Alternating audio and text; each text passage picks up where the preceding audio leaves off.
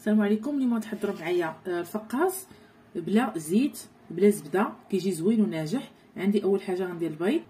هنا غندير 2 بيضات. عندي هنا البيض كبير، الا عندكم صغير غديروا 3. غندير معاه واحد القبصه ديال الملح، غير شويه.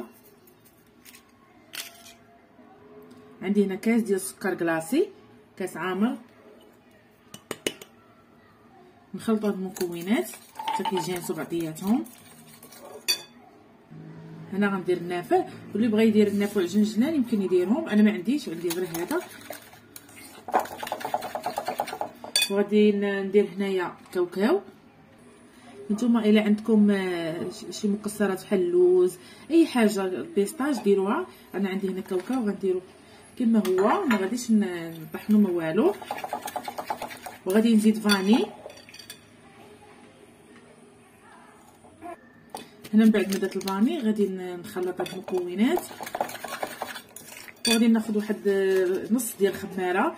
ما غنديروهاش كامله، غنديرو غير النص ديالها. دابا هاد الخماره فيها 8 غرام، حنا غنديرو تقريبا غير 5 غرام. ما نديروهاش كامله باش ما يتنفخش ويتفركع لينا في الفران.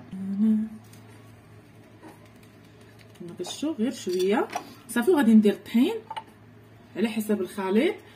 انا غندير الكاس الاول ونخلط حتى كتجمع ليا العجينه. انا غندير معكم العبار بهذا الكاس هذا ديال العنبه. غادي ندير الكاس الثاني ونخلط كما كتشوفوا. درت 2 كيسان ولكن باقي الخليط يعني خفيف. غنزيد الكاس الثالث. غادي ندير الكاس الثالث، باقي مازال العجينه خفيفه. غادي نزيد الكاس الرابع، ولكن ما نديروش كامل، غنديرو غير بالتدريجي باش نشوف القوام ديال العجينه. ما نديروش كامل حيت العجينه خاصها تكون خفيفه ما تكونش قاصحه. انا نبقى نزيد شويه بشويه حتى كتجمع العجينه.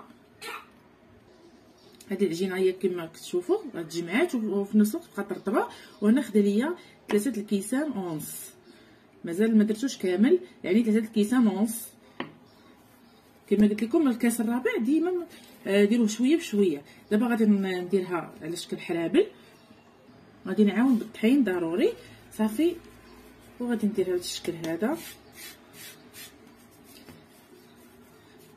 ما ديروا لا مغليظ ما رقيق، ولكن كل واحد وكيفاش كيبغي الشكل ديالو.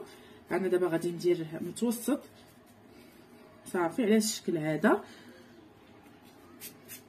انا قويت هنا الطحين، نتوما ديروا غير شويه باش ما يقصحش لكم العجينه، خليوها ديما رطبه.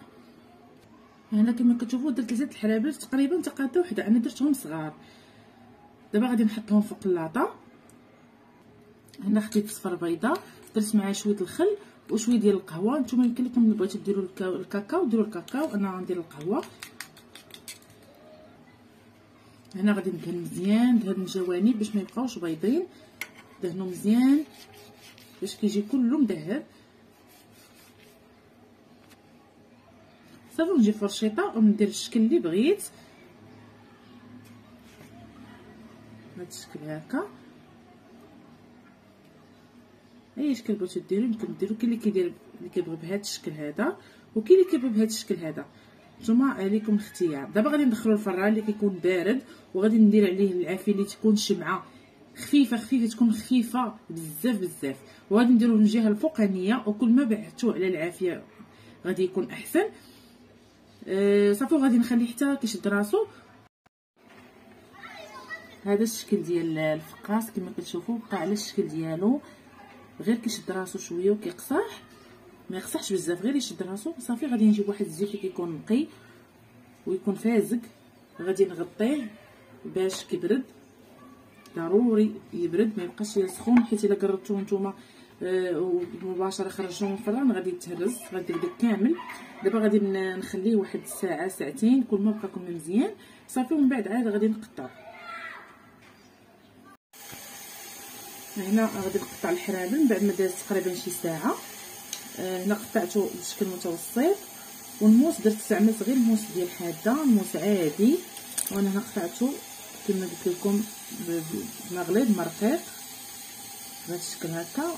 والشكل ديالو كيجي كاوكاو من الداخل باين، يعني ما كيجيش ما كيدقدق ما والو، خفيف كاوكاو. يمكن لكم تعوضوه حتى باللوز. غنبقى غدا بهذا الشكل هذا، وغادي ندخلو الفران حتى كيتحمر، وغادي نخرجو ان شاء الله نوريكم الشكل النهائي ديالو. هذا الشكل النهائي ديال الفقاص من بعد ما خرجتهم في الفران. انا درتو بحجم صغير، نتوما تقدروا ديروا اي حجم بغيتو، كبير اولا صغير كيف ما درت. كاوكاو كما شفتوا كيبقى محافظ على الشكل ديالو،